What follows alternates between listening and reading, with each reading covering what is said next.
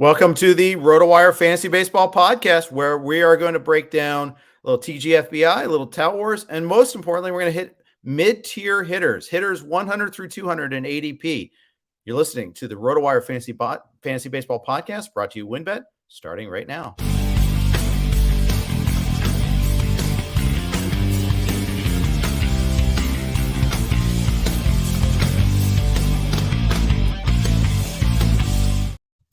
Hey, everybody. Welcome to the RotoWire Fantasy Baseball Podcast. Jeff Erickson here with Fred Zinkie.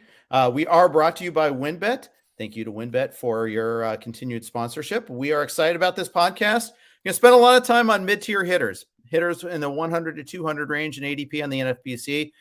We'll start off with a little bit of news at the top, and we'll look at our respective leagues and then dive into the meat of the podcast with the hitters in that range. But let's start off a popular, at least in RotoWire circles, closer candidate is no longer. Cody Hoyer went and had Tommy John surgery on his elbow. So Jason Collette, I'm blaming you for my, I was going to give you credit if you got it right, but now that he's out for the season, I'm blaming Jason Collette, because then his bold predictions article, he said Hoyer would lead the Cubs in saves. Obviously that's not going to happen. No, I'm not blaming Jason, but I have my first cut in mixed labor. So there is that. Hey, it's good to get that first cut out of the way. I'm not even going to make a Sheryl Crow joke. It's good to get that first cut out of the way, though.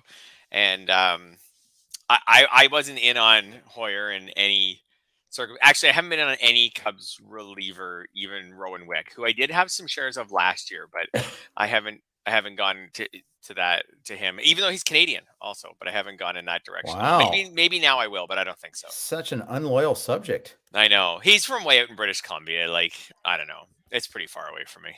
Yeah. It's a boot too far. A boot All right. Far, yeah. So yeah, zeroed him out. Rowan Wick is the leading candidate, but I don't want to lock it in that Wick is the guy. Absolutely not. Even if there's no clear identifiable alternative, when you're looking at a team like the Cubs, it could be like Brad Week, it could be Manuel Rodriguez. They could add other help off the waiver wire. After they could convert a starter at AAA that's not getting it done. There's so many different routes that they could take to address this here, and especially when last year they made certain pains not to identify anybody as the main closer. Yeah, and I mean, Wick has a career 130 whip. Some guys get away with that. Yeah. If you're kind of betting on someone to emerge as a closer, like picking a guy with a 130 whip. Again, now, if you can get Wick in like the last round of a typical draft or like well into the reserves of a draft champions, sure. It's fine, right? Like if once the relievers that you like are all gone, and by relievers I would say everyone who I think has a decent chance at a closer's job and set up men who are really skilled. Once those guys are gone, I would be okay with Wick. Now, by then probably someone else in my league will have more enthusiasm for him and will have already taken him. But if I would wait until like any of the Chad Green types who are not going to close, but will just be good pitchers, I put him behind all of them. Yeah, I probably would too. For what it's worth, Wick went immediately after the news came out today. C.A. James, he writes for Razzballs in my TGFBI league, took him at 21.9. You can follow him at Huge Days on Twitter. But he made that snag right away on that one there. So, hey, there is news a little bit here and there and he acted on it right away. So, you know what? It's a good pick for round 21. I think it's a good pick. I'm not feeling it. I'm just looking at your draft board. I see Michael Fulmer went after that. I see Paul Sewald went after that. I think I just rather you like those guys better, huh? I just think they're better pitchers and probably, I don't know, aren't they just as I feel like this Cubs thing is just like an open tryout almost right now. Like I just don't feel like Wick has that much of an advantage. I guess he has 11 career saves. I don't know. Maybe. I don't know. I think okay, so that's where I'm at. I would rather just take the better reliever like Fulmer or Sewald, both of whom are on teams that don't really have, this is going to hurt your feelings because you already took Giovanni Soto, but don't have like really good closers or anything on their teams. Yeah. I should have taken Fulmer to go along with Soto, but I hate handcuffing. It's tough. Yeah. Especially in a FAB league. I think in a, yes. I think in a draft and hold, it makes sense a lot more. Also, the expensive handcuffs are hard. And Fulmer at like, you would have had to take him around 21, right? And like, that's kind of makes to me like you're still getting good players without, without tipping your whole team. Like you took Eric Lauer in that round, and then Elaine Thomas in the next round. Like those are valuable to me. Those are valuable draft commodities. Like round 29, sure. But to get a handcuff and just hold them till the end of spring training. But I don't want to spend my round 21 or 22 pick on a handcuff unless it's like Devin Williams and he's so good that I'd use him anyways. Yeah, that's right. I get that. Chad Green, you're probably going to use. Jonathan Loizaga, you're probably going to use. Newsflash: both those guys are on my radar. I still will think about taking them. I don't have like locked in closers. I have like 3 guys, and I'm going to have to need more. I've got Soto, I've got Kimbrel, I've got Lou Trevino. I'm probably going to take at least one more spot, maybe even 2 on relievers. I think there's plenty of guys in a 30-teamer that you can still take in the reserve round. So absolutely, and they're kind like you say, they're cuts. Like if after a week or two, or maybe even at the end of spring training, they're cuts, and that's okay. Like there are going to be so many players at the end of spring training this year who we're interested in adding. Like once all these free agents sign and then injuries happen in spring training, like more than ever before, there are going to be so many people on that first fab run, and you're going to need players to cut. So in my opinion, again, like just pulling a name out of the air, I don't know if I drafted this person even in a draft champion yet, but like Alex Colomé or Ian Kennedy, there's another one in the last couple rounds. They either have closers jobs on opening day, have signed on to teams where they get closer jobs, or they haven't. And so you're either cutting them or you got a closer. But there's going to be guys that you want to pick up. And there's going to be a lot more pickups, and there'll probably be a lot more drops too. And you want kind of the binary guys. They're either going to be going to have a valuable role, or not. You don't want to have guys that you're not quite sure about performance wise, because that you'll have to. If I think in those cases, those are the ones you hate to hold on to and you hate to cut. You don't want to have to you don't want to be put to hard decisions on those guys. Yeah, I understand having like one of those guys, like especially from a hitter perspective. Like I don't mind having like one of those guys on your bench. Let's say like Joey Wendell, who has like no upside, but is fine. Like he's not going to hurt your batting average. Probably going to end up the season with about 10 homers, about 10 steals. Like there's nothing special about him, but multi-position eligible. He already has a team. He's going to have a role. If you want to have one of those guys on your bench just to kind of cover you at the start of the year, so you're not totally relying on that first fab run, because you're probably going to have an injury somewhere. I totally get that. But you're right. Like getting some guys who either you're going to be really excited about on opening day, or you're going to be saying, get this guy off my roster as fast as possible. I think that's more the play this year than usual. And I'm the boring guy. Like I think that's more the play this year than usual because of all these unsigned players. Yeah, I think you're right about that. One other news item, a guy I had to zero out yesterday is KH Kim. For the formerly of the Cardinals, he is back in the KBO. He will not be pitching in the bigs this year. So, he wasn't bad last year. 346, 128. Doesn't strike out a ton of guys. He had 21 starts. He had a great career in the KBO, and in fact, he signed the largest guaranteed contract in KBO history. Doesn't have to wait for, the lockout to end whenever. He's back home. He's making money, and he doesn't have to wait. He's going to play right away. So big for him. 4-year deal. He goes back. So cross him off your list. I actually have him in at least a couple draft champions. It doesn't really hurt. He was picked in round 45 or something. Right. So I took a chance. He was probably better in the majors than a lot of people realize. Like it wasn't in the majors long, 145 and 2/3 innings, but a 2.97 ERA.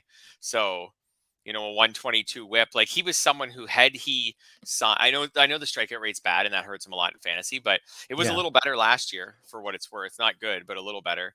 But he's someone in those draft champions league. Had he signed with any major league team and had a rotation spot, he would have been worth having, but he's not. And so it won't be my first cut, but there's my first zero player in those draft champions. So I won't be able to put in my lineup at all. Yeah. If you were in Raz Slam, you could have cut him though. So there's that, but you didn't play Raz Slam, so I did not. No, you don't get the privilege. I've never had the opportunity. You will not. You didn't get offered on that, or no? Actually, I never have been. I actually don't even know much about Raz Slam. So Like the just rules, and I've heard they're funky and I heard they're fun, but I don't know much about it. well, I'll give you the brief overview. We just finished ours. I'm writing mine up. First of all, it's best ball. Secondly, it's points based. So different than most of the ways Hmm. that you and I play. However, did you know 75% of fantasy baseball players are playing in points leagues? At least according to ESPN's data. And I've heard Todd that Zola stat a saying few that. times. Yes, in Yeah. the last week or two. I knew it was a good percentage, like more than half of people were playing in Yeah. I points feel like leagues. I'm Cliff Clavin here. It's a little known fact. Love Yeah. cheers. Yeah. Yeah. So we're just old, basically, is what this comes down to, Fred. Is we were reared on roto leagues, And only Cliff leagues, Clavin. even. Yeah. Yeah, and auction leagues, and Cliff Clavin and Cheers. Yes, we're all references that are very Hmm. topical to this day. But people that are coming over from football, they're probably playing more points leagues. They're definitely playing more head to head, and that's cool. I mean, I just think we need to have more content towards that. So Slams does well with that. They model the scoring off of the NFBC's cut line contest there. So you know that multi-position eligibility is important. Hitters, the hitter build is so much more important in points Hmm. leagues. The top 36 players last year were hitters, or at least hitters plus in the case of Wow. Shohei Ohtani. So that gives you an idea like how you're starting your draft. If you go pocket aces there, you're probably well behind. And the other thing is it devalues UT guys, obviously, and increases the value of the multi-position guys because then you can slide a guy in Right. here and there. So you see like DJ LeMahieu's got a little extra value in that league as an example. Josh Rojas, where he goes second, third, and outfield. That's really nice because you get through the three positions plus corner and middle. And so that's basically 5 slots that the algo can put them in. Hmm. The AI can put them into. Yep. That's pretty nice. Oh, it sounds like a fun formula. I'm not actually not. I don't play in a lot of baseball points leagues, but I'm not against them. And I've thought about that might be my mission next year, or Yeah. during this lockout, depending on how long. Although I'm getting a little optimistic today that maybe they're getting closer, but depending on how No long the lockout comment. goes, maybe I'll grab some best ball point leagues through the Okay. NFBC or something and give them a shot because I love best ball fantasy football leagues. In fact, I love the ones that are just cumulative points. Um, yeah, I think I would totally enjoy them. I just have never really gotten into them because just like you said, we're old. We started with Roto, we stick with Roto. All the industry stuff is Roto. All the main event type stuff is Roto. But I think points leagues, yeah, are totally just as much fun. Yeah. I don't love the playoffs type thing. I think I'd almost rather be in one that's a little more cumulative, but whatever. Yeah, it's fine. I don't mind it in fantasy football, I guess. I still don't love that aspect of it. I like how in a roto league, like kind of the best team wins. I don't love that in Yeah. fantasy football when the guy who finishes, especially depending on how your playoffs are set up, but a guy finishes like fifth and then wins the league, like fifth I, during the season and gets hot for a couple weeks and wins the league. I don't really love that, but I get it. It's fun. yeah. There is something to be said about crushing your rival. Yeah. Yes. But at the flip side is that yeah, if you draw the bad week, it's tough. Baseball, it's longer of a season though, so you get more of those head-to-head matchups. Plus, I think the best Mhm. way to play head-to-head, and I know that Tout Wars has done this in the past, is all play. So you're Right. going head-to-head against everyone, but you've got 11 games or 9 games in a week. If you have a 10-team league, you got 9, or in a 12-team league, you got 11 games. So a little bit different. So if you have a great week and you're crushing it, well, you're going to beat everybody. You're 11-0 that week. That's all the better. So you can still get that separation a little bit. You get, that kind of takes out some of that luck. Yep. No, that makes yeah. I think I would like that better, for Mm-hmm. sure. It also made me think. I do play through. I guess you wouldn't call it the NFBC in hockey, but I've been in the fantasy hockey main event for a couple years now, and it's points and it's total points for the season, and I like it. I like it that way. It's fun. Yeah. Yeah.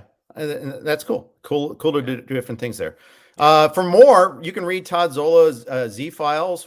If you can check that out, rotowire.com/try. If you are listening to this and somehow are not a subscriber, you can rectify that. Get a free 10-day subscription. No credit cards required or anything like that. Just check it out for yourself.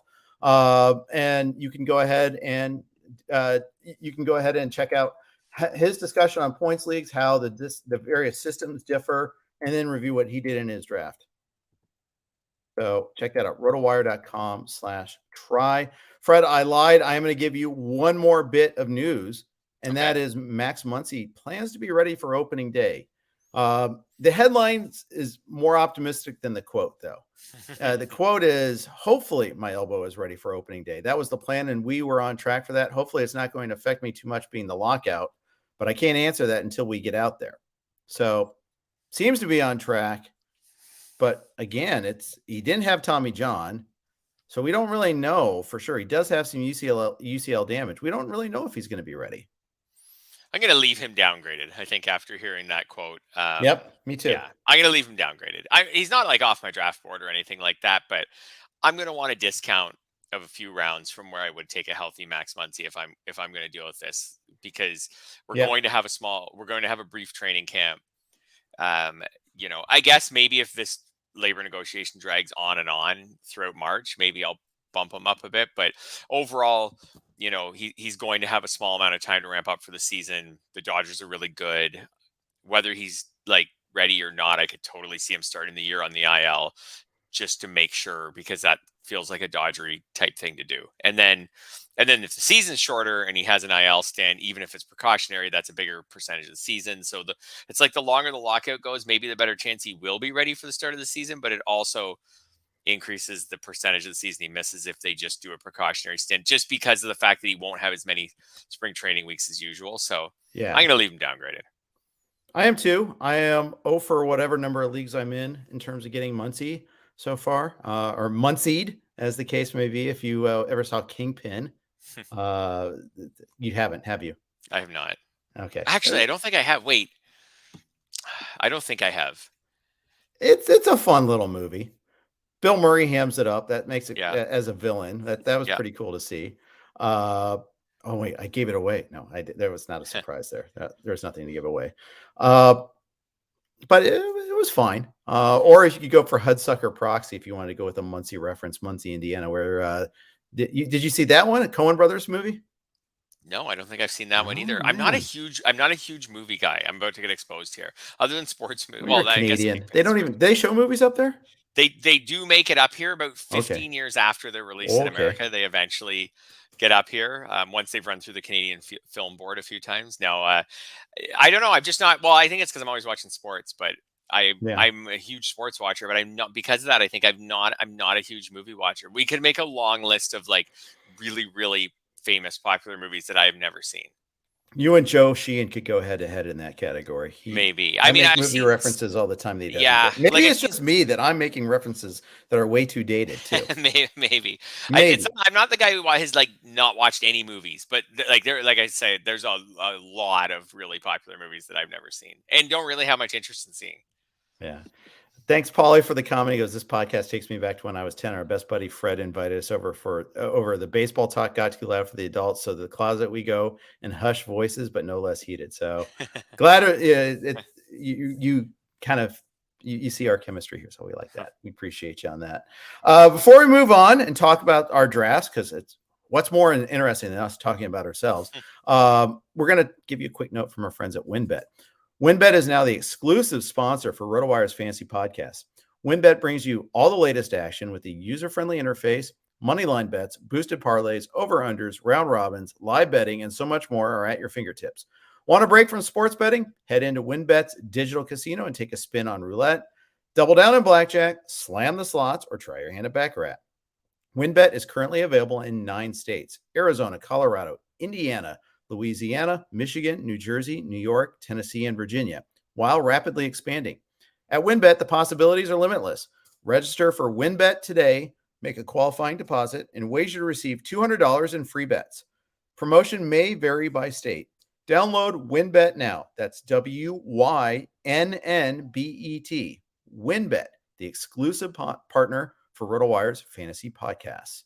Jeff Erickson here with Fred Zinkie. Fred is doing the Tout Wars draft and hold draft. You are the two-time defending NL champ, but because you're a good dad and are going to a hockey tournament the weekend of Tout Weekend, you pivoted over to the slow drafted, the draft and hold league. You are in the 22nd round now, Fred. How do you like your team? Fine. It's my second 15 team draft of the year after a lot of 12s. So that Mm-hmm. so you got to get your head around how bad your team's going to look compared to all those 12s.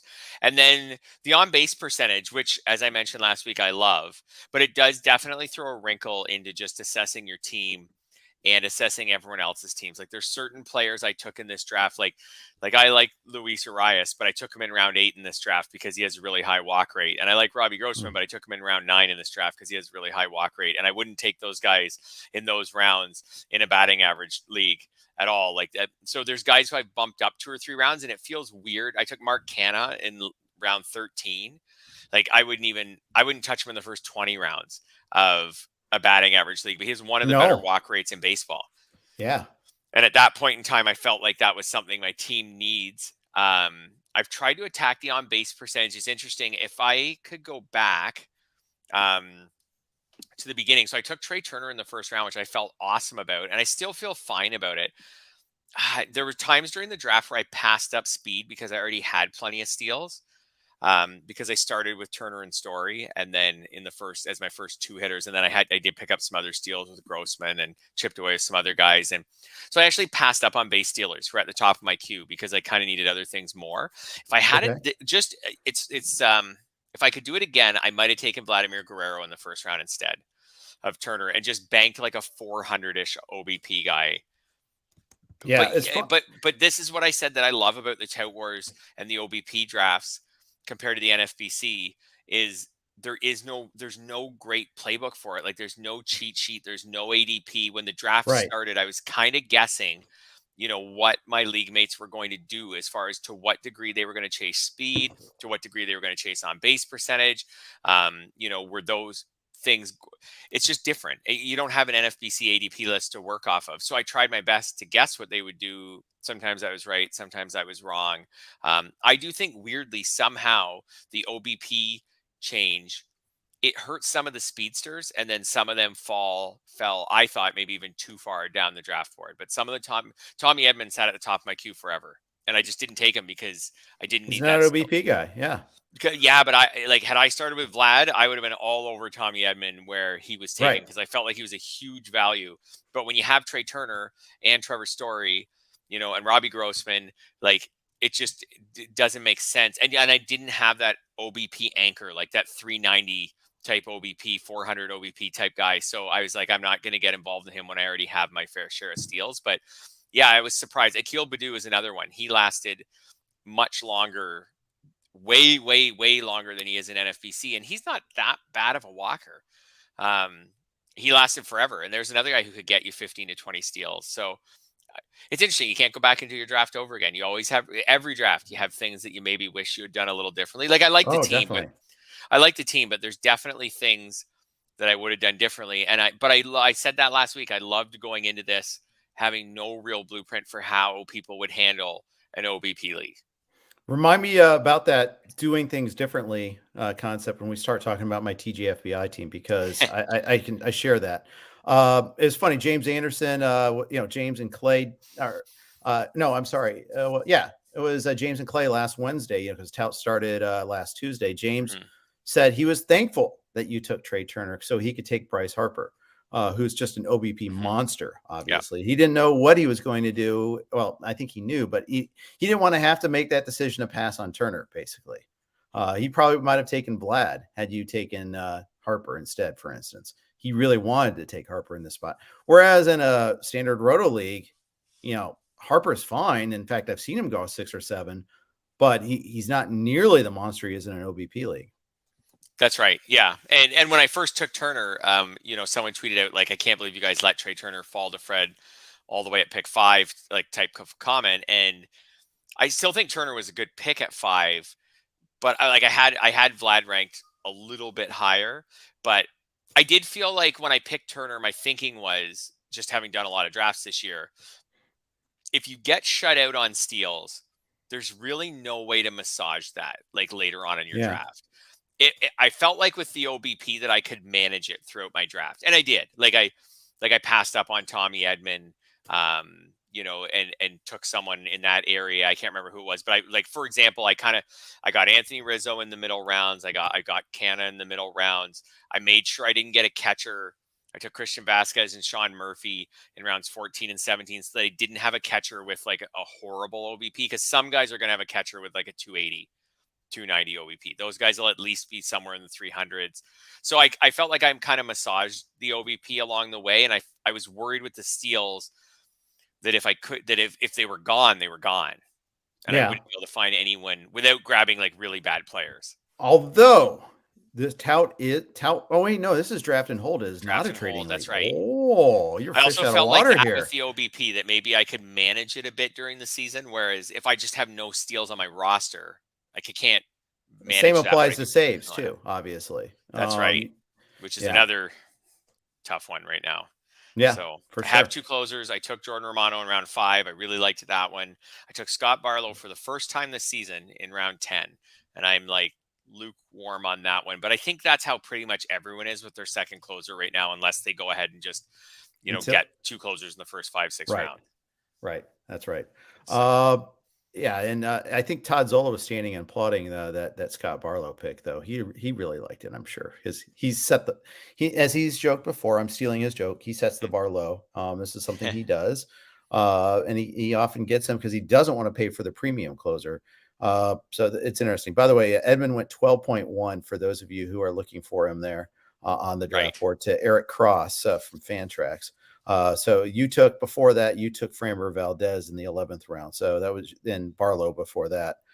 So you can see that was your adjustment. So yeah, he did slip pretty far down below Chris Taylor, below Gleyber Torres. Those are both, well, I think they're both better hitters.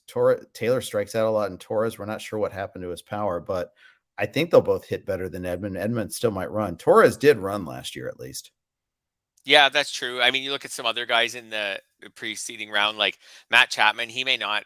I know he walks, but he doesn't hit for average anymore. Like he may not have any higher of an OBP. Eugenio Suarez, same comment. So I don't think. I think Edmund. I thought Edmund. Anyways, I thought Edmund was a really good pick there. If I had needed steals, I just wouldn't have taken Framber Valdez. But I did have a plan to take a lot of pitching early because it's a draft and hold. So I did do that. Was intentional. So I have 2, 4, 6 of my first 11 picks are pitchers, and I don't regret that at all. In fact, it wouldn't have killed me to even take one more in that range, but I kind of cut myself off there. And then since then I've been kind of filling my roster with hitters who should play fairly regularly. Yeah, in fact, since then you've taken one pitcher since round 11 with Framber Valdez. You took Anthony Desclafani in the 15th. He was a fine 7th pitcher. I like him quite a bit actually for that price. And then you got to figure out when's the right time to step on the gas with the next round of pitchers, because you're probably gonna have to take 7 or 8 or 9 in pretty fast succession here. I know it's a 50-round draft, but you want to have guys that are usable, at least with known roles, so you're not kind of just guessing to see if you're going to be able to have anybody. That's right. So I'm a little reliant on Jacob deGrom, obviously, to come through. But hey, whatever. I took him in the 2nd round, but I mean, when you have Aaron Nola as your number 2, who's an ace, and you have on most people's rosters, and Frankie Montas, who's often will be people's number 2, and I have him as my number 3. So I kind of went very stars and scrubs and I got the 2 closers. So I kind of went to very stars and scrubs with my pitching staff. So you're right. At some point, I'm going to need to start picking pitchers either like at a rate of a few in a row, or at a rate of like one every other round for several rounds or something to get some more pitching depth. But my plan, hopefully, if it all comes together, is that high-end pitching on my roster is so good that I can kind of play around with the last pitching spots every week. So, and then when I took so many high-end pitchers, the plan obviously now for hitting is to just hammer away with the other teams in my league with depth and have, a scenario where everybody in my lineup every week is getting me like 5+ starts. Yeah. And this is not for the people unfamiliar with Tout Wars, the draft and hold league. This, unlike Raslam, is not a best ball league. You're going to consciously have to make the decision who you're starting in every given week. So you're still doing Tout Wars. That's a slow draft. And I am in TGFBI, which is also a slow draft, and emphasis on slow too. Heyo. I am in the 22nd round as well, earlier in the 22nd round. But we started a little bit earlier than you, so that's the difference. But in this league, I drafted from the 13th spot. We talked a little bit about this last week. Started off Ohtani, Burns, Merrifield, Bogarts. I passed on closers, and you were the one that was urging me to pass on closers. I'm blaming you for this one here, Fred. Okay. Unpaid draft consultant that didn't ask to be that, but hey, you are nonetheless. So I had opportunities. Round 5, I passed on 2 obvious guys, and Ryan Presley and Edwin Diaz. I would have gone Presley over Diaz for what it's worth, and took George Springer instead. It's not an OBP league. It's a standard 5x5. I just thought that Springer still a great pick. Yeah, head and shoulders the best hitter at that time. But it cost me obvious closers. I could have gone Aroldis Chapman at 6, but I have reservations about Chapman. Didn't want to take him. In fact, Chapman almost got to me in the 7th round, 1 pick away. And I kind of was like, oh, thank God I don't have to take him when he went. Because I would have taken him at 7-13 because I thought that was such a value. But I didn't really want to. I have serious misgivings about him this year. Yeah, and we already mentioned those Yankees relievers. The problem with Chapman is you can't totally handcuff him because I can't honestly say that Loizaga or Green would be the closer. Like, and you don't want to draft all 3 of them. So not on a 30-man roster, no. So and even in a draft and hold, roster slot thing, I think you could do that. But you could in a draft and hold, but Loizaga and Green don't go in like round 45, or 40. So like you are spending like some decent picks on guys who will, if Chapman works out, just be setup men. Anyways, I think, and they go back to back, by the way. So you almost have to, you have to double up on them too. It's not like maybe you get one early and one later. Yes, totally. I think had Chapman fallen to you, I think you had to take him. I understand. Like, I'm usually a don't draft guys you don't believe in, but I think at that point the value would have been too good. You probably would have had to take him, but he didn't, and it wasn't meant to be. And you took Bregman, and I think that's okay. And so now you got Gregory Soto in round 11, Craig Kimbrell in round 12. So you're kind of crossing but you're like a lot of us, like with a lot and of Lou Trevino later too. Don't forget smoking Lou Trevino. And I think that could be good too. So between round those 17 3, on that, your hope. I mean, maybe you strike gold and all 3 of them are closers, but you're hoping 2 out of the 3 are closers. Right. Yep. So, and maybe you end up dropping one and it ends up being a waste of a mid-round pick, but whatever. If 2 of them are closers, you're fine. I think most people feel like Soto will get first shot in Detroit and Trevino will get first shot in Oakland, and most people think Kimbrell will get traded. So I think you've got a chance there. Yeah, I think I do too. Yeah. And I will invest in a couple more, probably 2 more slots on relievers, like the 2 Yankees that were discussed. Clay is all about Team Loizaga. If you look at a StatCast page, it's nuts. It's super strong. I think there's some Seattle guys I like, notably Steckenrider still out there. We just saw Seawald go. I think Giles is still available. I have to double check on that. I was a little disappointed. I lost out on Jake McGee. I thought he might slip a little bit longer because I like him better than Duvall, but so it goes. The team that has Duvall got McGee, which is really smart because I think those are the only 2 really in San Francisco, and they're going to be a good team. Yep, I think that doubling up on them as long as you don't have to pay too much. Oh, I see them right here. Yeah, so Jake McGee was round 20. So and Duvall went late. Duvall went round 14. That's 14. Later than That's his ADP. really good. So I mean, you just cross your fingers that either one of them emerges as the closer, or that they both pitch so well that they share saves, but you're okay having them both in your lineup because they're both pitching like really, really well, and and you'll take it. But I mean, ideally, one of them emerges as the closer. The other guy maybe you hold for a little while just to be safe and then eventually cut. I think that's around 14, around 20 for, like you said, a team that should be a good team. I think that's fine. Yeah, I think so too. So we'll see. And I got some other guys in there that I liked. I got Christian Vasquez in the 15th. I like him for a bounce back. Plus, you're not getting a 0 in stolen bases most likely, which is a sneaky little thing too. Yep, absolutely. I think he's someone who I have on many teams this year. I don't think he's going to be amazing.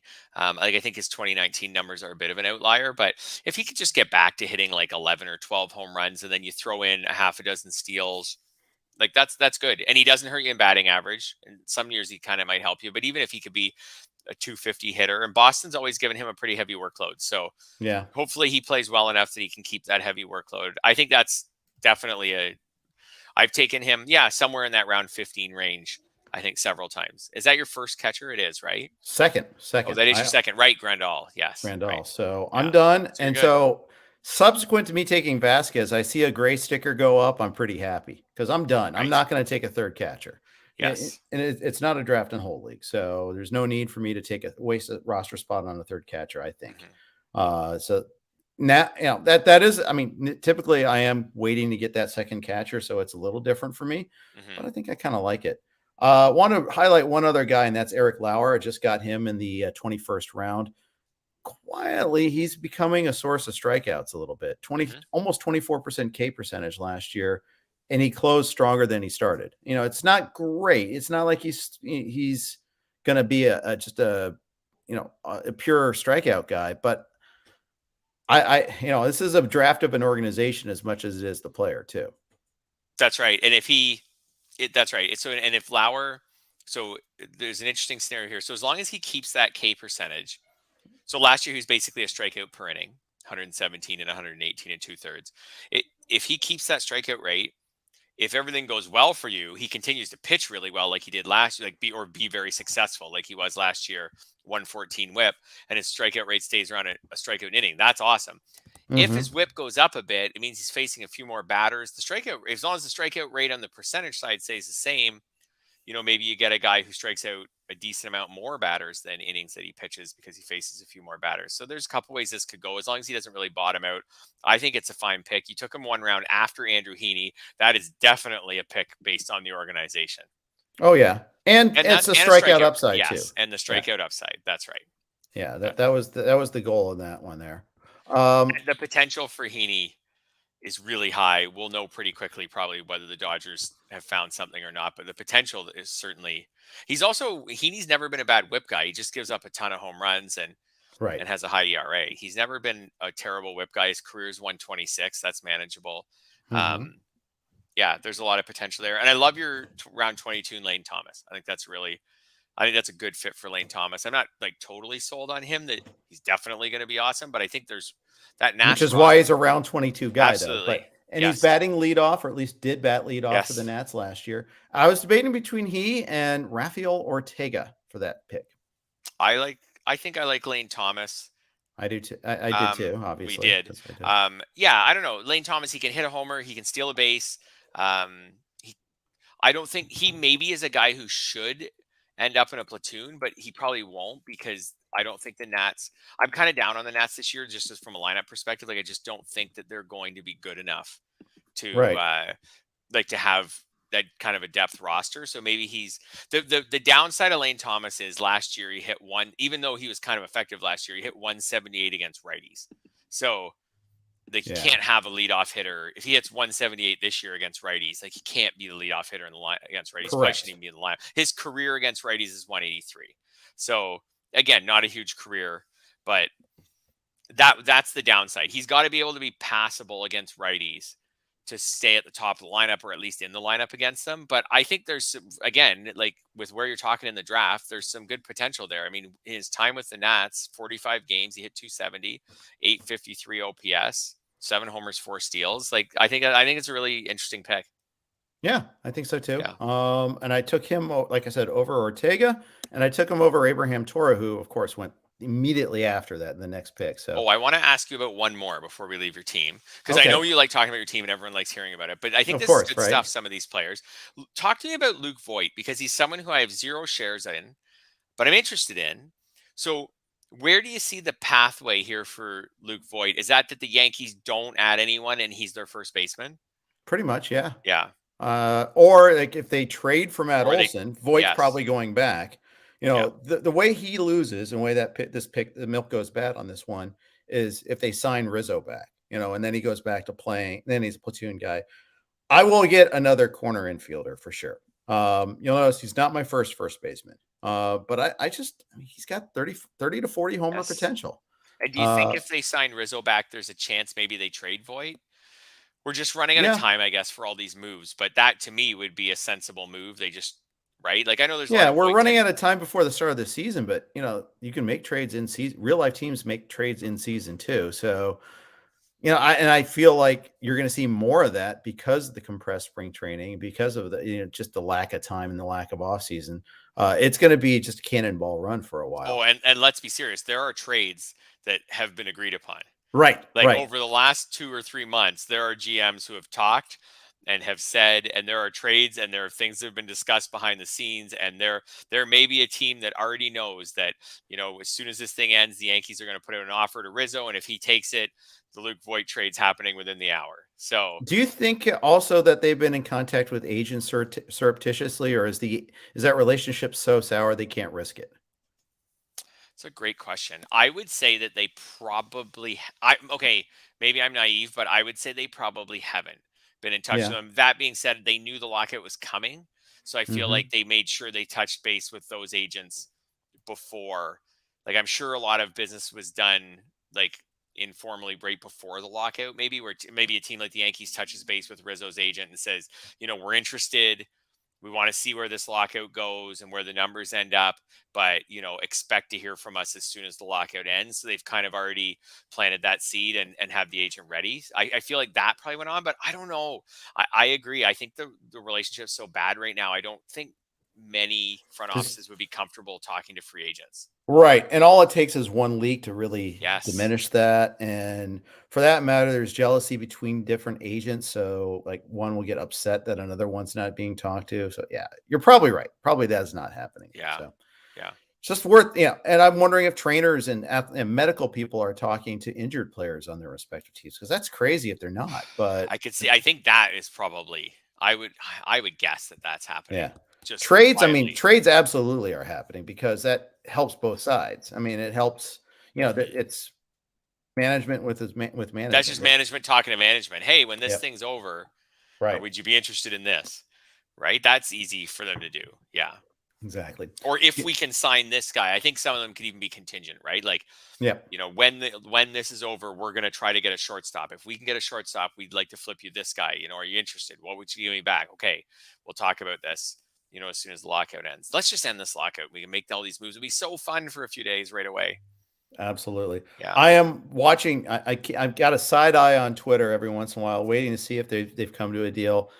I promised. If it's breaking news and it's bad, I'm not going to announce it on the podcast. You'll find out soon enough. But if it's good, of course, I'm going to break it here on the live Absolutely. stream. But Yeah.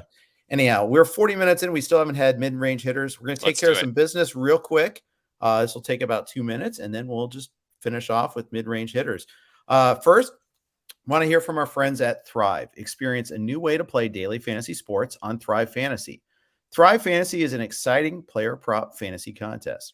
With Thrive Fantasy, you can eliminate the countless hours of research and focus on only the top tier athletes that have the biggest impact on the game.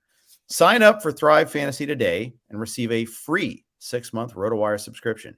Here's how you claim your free RotoWire subscription. 1, visit rotowire.com/thrive. 2, deposit a minimum of $10 and receive a 100% deposit bonus of up to $100. 3, play in your first paid contest and receive a free 6-month RotoWire subscription. Thanks to our friends at Thrive. We also had a new sponsorship this week. We want to welcome the folks from Better Edge. Do you think your betting skills are good enough to win you tickets to the Final Four? It's time to put your money where your mouth is. Better Edge is giving away a trip for 2 to the Final Four in New Orleans.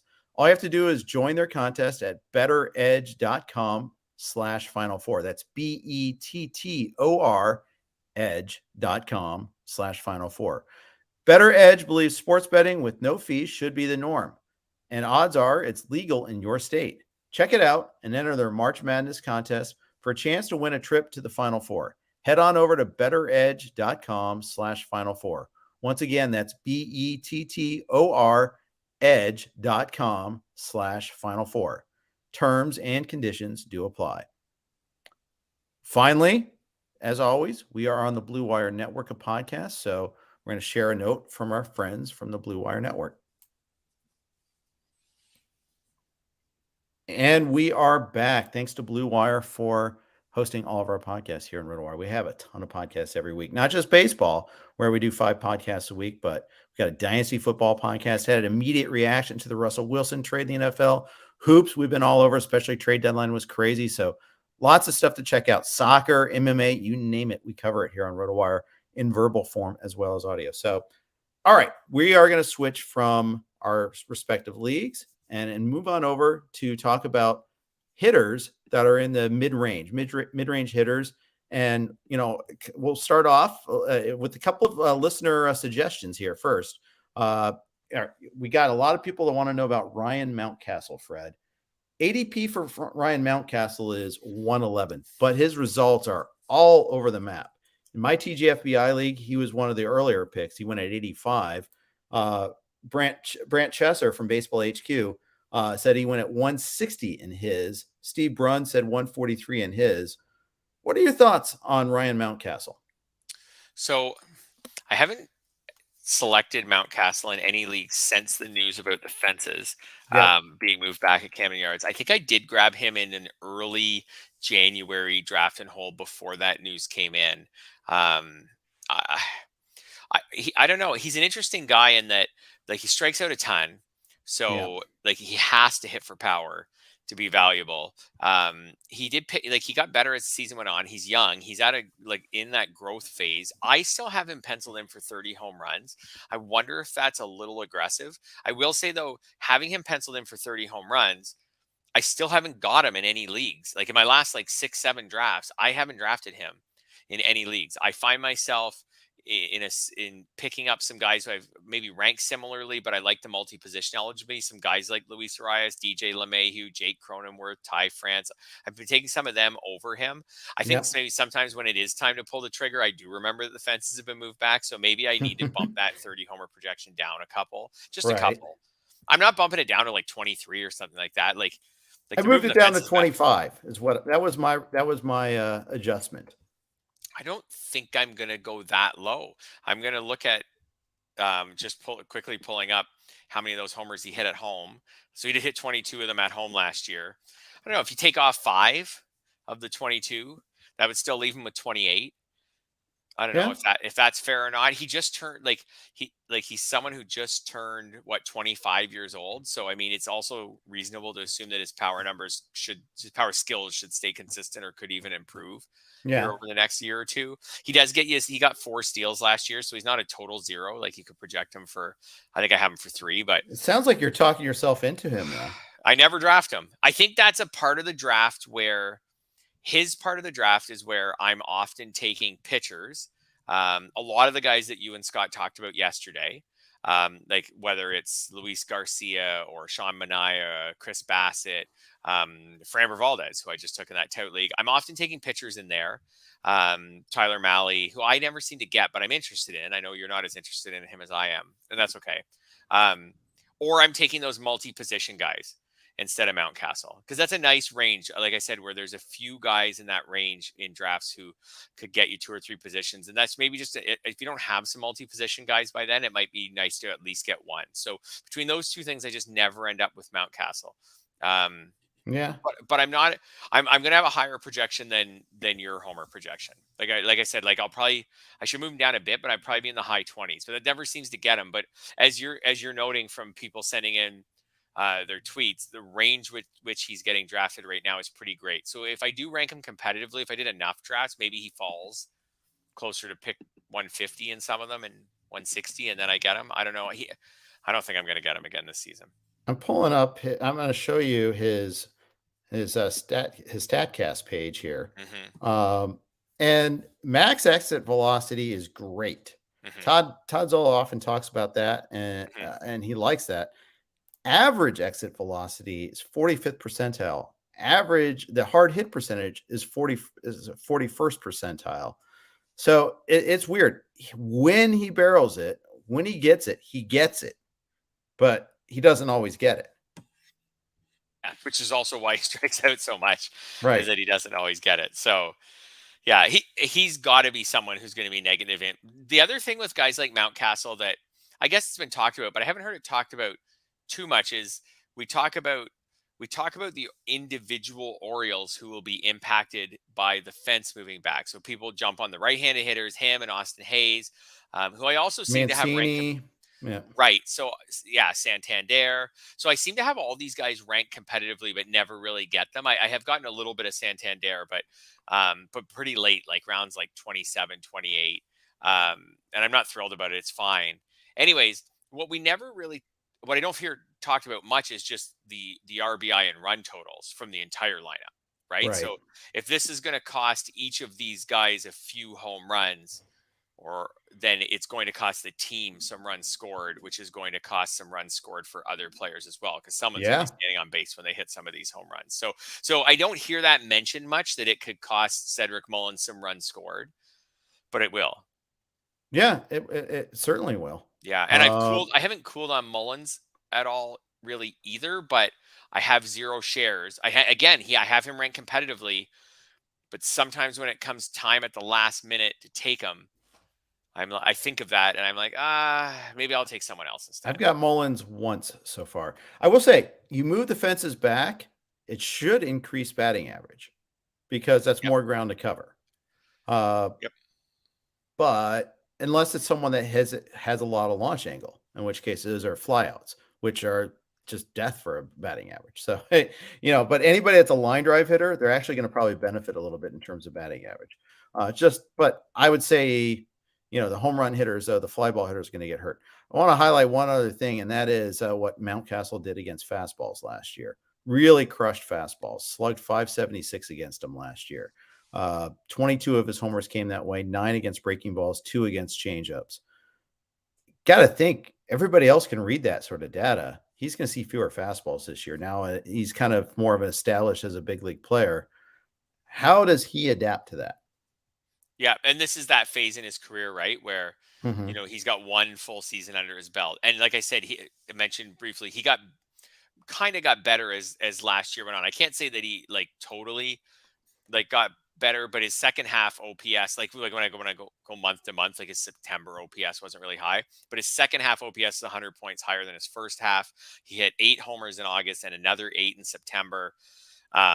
So he was a guy who, even as pitchers were getting the book on him last year, was able to continue to have plenty of success. But yeah, this is that time, that sophomore year, where pitchers are going to be more ready for him this year. Either he can handle that, and maybe a little different mix from pitchers, and maybe even go to another level because he is still in that phase of his career, or maybe they start to battle back on him, and maybe this year he hits 230. That's the concern because of the high strikeout rate. Yeah. R.L. Cohen with one other note, and we'll move on to other hitters. Says that Mountcastle's ADP hasn't fallen since the news of the field dimensions, and then John Means' ADP has not gone up. And even though I'm amplifying that tweet right now, I want to say, shh, don't say that so loud, man. I want more Means on my rosters. But I'm big on John Means with the park changes. He got destroyed by that park last year. So interesting. I passed on Means in that tout draft just a couple days ago for Anthony DeSclafani. I don't know how I feel about that. I have them ranked basically the same. I have some concern with Means of just about getting wins on a team that's just really, really, really bad in a division where the other. I don't usually worry about wins much, but Baltimore is the one team that's really, really bad, and the Blue Jays, Red Sox, Yankees, and Rays are all good. So yeah. I didn't that's the one team I worry about, but I agree with you on Means. Means is great for your whip. Throughout his career, he's been great for your whip. If his ERA could be a little better, the strikeout rate's not good, but his ERA could be a little better. I have a theory that maybe his ADP hasn't gone up because I feel like there's people who like John Means and then people who just don't. And I think the people who liked him already liked him before they moved the fences and still like him. But the other people, there's people who just seem to because of the high ERA sometimes and the fly balls and the home runs. There's some people who just don't. And the Baltimore factor. That's right. And there's some people who just don't want anything to do with him. So maybe that's the best I can come up with, because his ADP should have moved up. Yeah, I think you're probably he should be worth at least a round more than he was before that news came out. Yeah, I think so too. Yeah. Brandon asked, would Brian Hayes be worth a pick at a weak position? What are his chances to get to 260, 20, and 15? Brian Hayes, if you his ADP right now, and this is from February 1st on in NFBC leagues, is 129. That's a pretty reasonable price. I'm kind of in on him. Again, the team context isn't good. Same thing that applies to Mountcastle applies to Hayes. In fact, maybe even worse, because it already is kind of a tougher ballpark to hit, and it's already a worse lineup. Although we'll see. Maybe Baltimore's lineup wasn't so great now that they don't have the full Camden Yards effect. That's right. Yes, that's totally a possibility.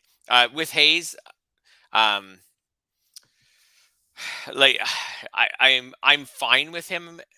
My projections of him are a little lower than what we were given. So I have him right now about 16 homers, about 13 steals, 260 average though. I'm there with that. That I have 0 shares of him at that. There's just other hitters that I like more. I mentioned some of them already. Yeah. So I'm just not quite there with him. There's even someone say like an Andrew Benintendi who's always available way later, who combined homers and steals I have basically the same as Hayes. But I do know that Hayes has that extra upside. Hayes is someone who could really go in a lot of different directions this year, because last year he was hurt. He missed a lot of time, and it was a wrist injury, which is obviously going to be a big problem, right, for a hitter. I think that really didn't give him a chance to show his skills, but I think I'm going to end up with 0 shares of him. I think he's being overdrafted a little bit right now. If he fell in a draft, though, I almost took him in my Tout Wars draft. Like, he fell to the point where he was at the top of my queue, and then someone took him like within 3 picks of me, and I was that close to taking him. And that would have been my first share of him, because he does have an okay walk rate. He would have to fall more to probably like the 160s or something before I'd want him in a draft. Maybe I've drafted Ke'Bryan Hayes once so far. If I do enough drafts, he might. I just don't feel him at like 120, 130. Fair enough. Well, and that's a range. And, I'll pull up I'll share the ADP screen again there, and you can kind of see, this is from February 1st ongoing. His range is 103 to 176. Average is 137 is the pick, but he's like the 129th ranked player, but the average pick is 137. As you get lower, the average pick kind of climbs a little higher. What I like about Ke'Bryan Hayes, is that he runs. Yes. You don't get that from third base too often. We talk about it at the top end with Jose Ramirez, how we like building with Jose Ramirez as a first pick, because you're getting, elite production in all 5 categories, possibly from a weaker position. Third base is pretty weak. You get a guy that in Ke'Bryan Hayes, that I have him for 14 stolen bases in my projection. That might be a little strong. But what if it's only 10? That's still not killing you. That's still not bad. Mm-hmm. He's third baseman 11, behind LeMahieu, ahead of Justin Turner and Luis Urias, who I know you have in Tout Wars. Mm-hmm. Turner, he's coming off of his injury, his own, not to mention just a career full of them.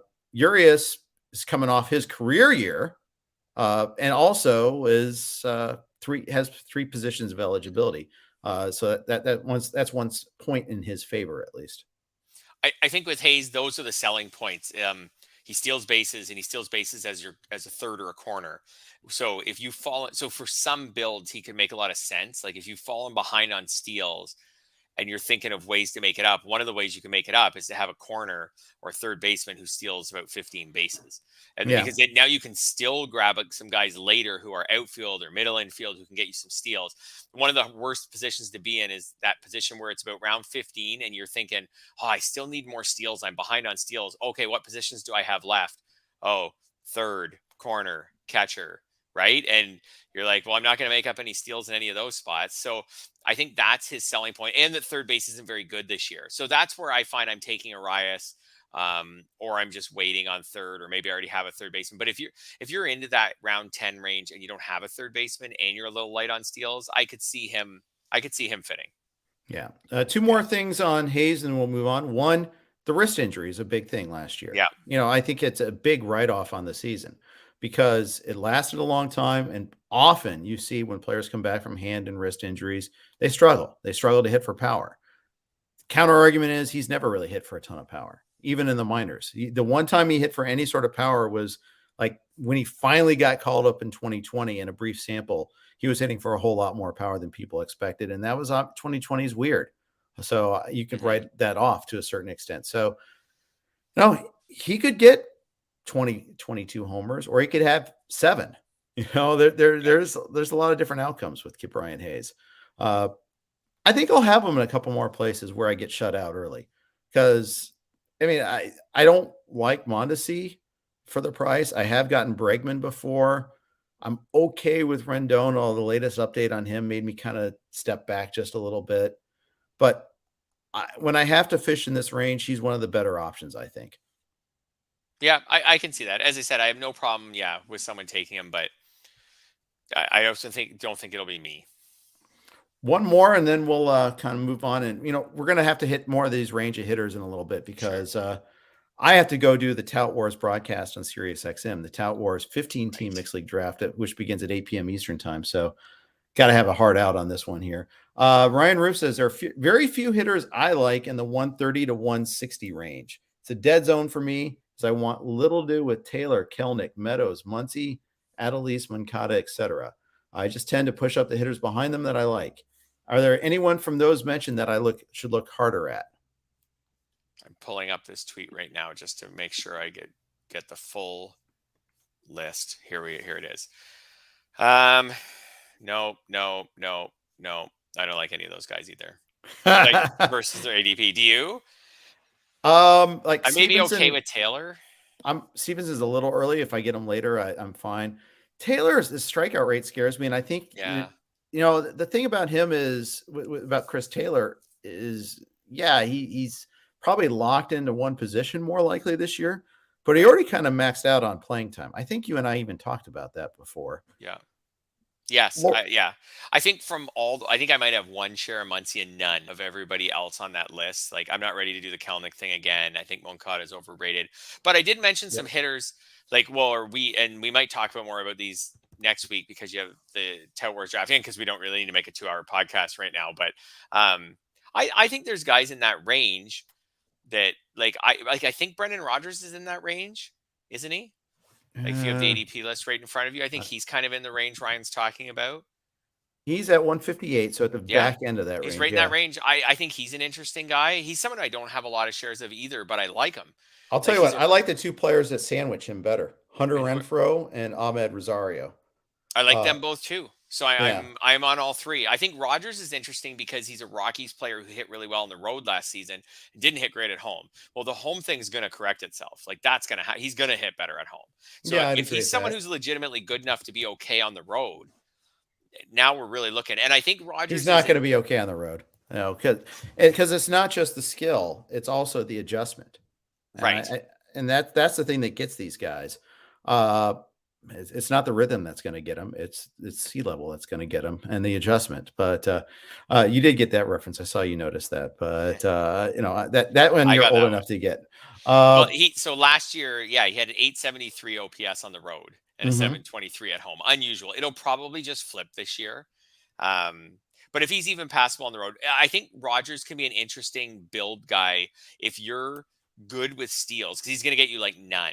So and that's a middle infielder, that's tough. But if you're good with steals, but maybe needing some batting average, I think he's a fit. Rosario is the exact opposite, not exact opposite, because his average can be okay. But if you need steals and a shortstop, I think he's a nice fit. I think if you need power, I like Renfroe in Milwaukee. I think that's a good fit. So I think there are options there. Yeah, just not the ones that Ryan mentioned. Right. So pass on all those, Ryan, and think about. I have one league with Meadows that was mixed labor that you and I did together, and I got him after that range. I got him at like round 11 or 12. So and bottom, it's close. Luis Urias, Alex Verdugo. What's his ADP on your list there? He's right in there. He's at 155. So I just did a thing on AL East guys that I'm not getting, and I think 155 is still early for Verdugo. My thing with him is, I think he's a rich man's Michael Brantley. I think he doesn't give you a whole lot of power, or he gives you a little bit more speed than Brantley. But the reason you're getting him is to try to get batting average and maybe counting stats. But I think he often hits. He doesn't even get the category juice. He doesn't get the RBIs, for instance, that Brantley will get. I could be wrong about that instinct, but my point is, you're paying like twice the cost that you're paying for Brantley too. You're paying. I want someone that either runs more or hits for more power for 155. Yeah, so I feel like with Verdugo, so he's someone who, again, should still have his best season somewhere to come. Like, he turns 26 during this season, and injuries have interrupted him a bit. Although he did play 53 games in the strike shortened season and then 146 last year. So I guess I shouldn't say that totally. If this is all there is to Verdugo, like he's just like a 290, 300 hitter. Yeah, like you said, who's going to get you about 5 steals and a dozen homers. That is not great, right in pick 150s. He's a really, really reliable guy. I like the Brantley, not peak Michael Brantley, but almost like current or recent Michael Brantley comparison. Maybe better than current, but not about the same as like Michael Brantley a year or two ago. Right. There's not much. He's a really high floor play. If you need some batting average at this point in the draft, and maybe you want to get more outfielders, he's a really high floor play. He's in a good lineup. The cumulative runs and RBI should be solid. The batting average will be helpful. But you're right. Like, to have him justify that pick, 155, like, we've got to see the home runs go up at least Agreed to 17 to 19, something like that, at least. Yeah. Right. So he's not going to steal more bases. We're not. I don't think we're ever going to be like, hey, Verdugo stole a dozen bases last year. He's not getting younger. He's getting older. Yeah, I would be surprised if he stole a bunch of bases. So we need to see closer to 20 home runs. With that, then I would be interested. Yeah. We're going to close with a question from Mark Carr. He goes, y'all mentioned Moncada. Any thoughts on him for Dynasty? He thinks he's ranked too high because of age and potential. What are your cumulative thoughts on Yoan Moncada? Except you got to accumulate those thoughts in a minute. I 100% agree. He is ranked too high in Dynasty and in, 1-year leagues. I'm just not. Maybe it's still coming. I don't know. He's turning 27 early in the season. Maybe it's still coming, but he had the one great year where he had a really high BABIP, 406. That is ridiculous. That 406 BABIP. Other than that, in his career, he's pretty much consistently a low average guy. He hasn't had an 800 OPS in any other season. He doesn't steal many bases. I've said a lot of negative things about him. Maybe he's a nice guy. I don't know. You're a hater. In fantasy, I used to eat like crap. I mean, I liked Moncada when he was like a prospect. I was excited about his steals potential. Remember how many bases he stole in the minors? Oh, yeah, I do remember. I thought this was going to be a guy who would be a consistent 30 steal guy in the majors. His career high is 12.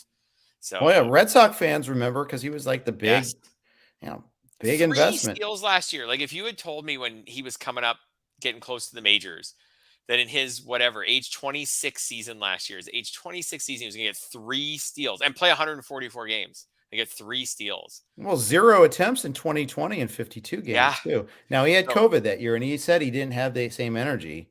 Maybe he's a long hauler. Regardless, I mean, 2019 sticks out like a sore thumb. It is the outlier at the big league level. And everything else has been OPS in the 700s. And it's so easily explained with the 406 BABIP. Like that's the happy fun ball too. By the way, that's right. So that's why he hit 315. You take that BABIP and normalize it. He's hitting more like he did last year, 263, and that was a 350 BABIP. Although he's shown that he can be a bit of a high BABIP guy, but but again, like you talk about like Alex Verdugo, like Yoan Moncada, you're getting the similar homers and steals to Verdugo, but instead of getting the 290 average, you're getting the 260 average. Yep, I think that's right. I'm not interested in him at all. Any parting thoughts before we sign off for today? I am going to get off this and I'm going to have a quick dinner, and then I'm going to get this Tout Wars mixed draft fired up. I'm going to listen to it and I'm going to compare it to the one that I'm working on right now. Maybe I'll get some good ideas in the late rounds. All right. And you'll hear me blabbing on that one too. Although I'm also doing a podcast tonight too. So from the 6 to 7 hour, I will instead, I will be on the Wire podcast, which is part of the Pitcher List group there. So I'm looking forward to that. But you can tune in. You can hear myself and Glenn Colton, Kyle Elfrink, and Jim Bowden will be on that the Sirius XM broadcast of the Tout Wars draft. So thanks everybody for listening. Thank you to all your good questions. I love the responses we get. Of course, thanks to WinBet for your sponsorship. We got tomorrow. We've got Clay and James. On Thursday, I've got Lenny Melnick and Andrew Lamont joining me. And then Friday got Clay and Todd. Thanks again for listening. Have a great day.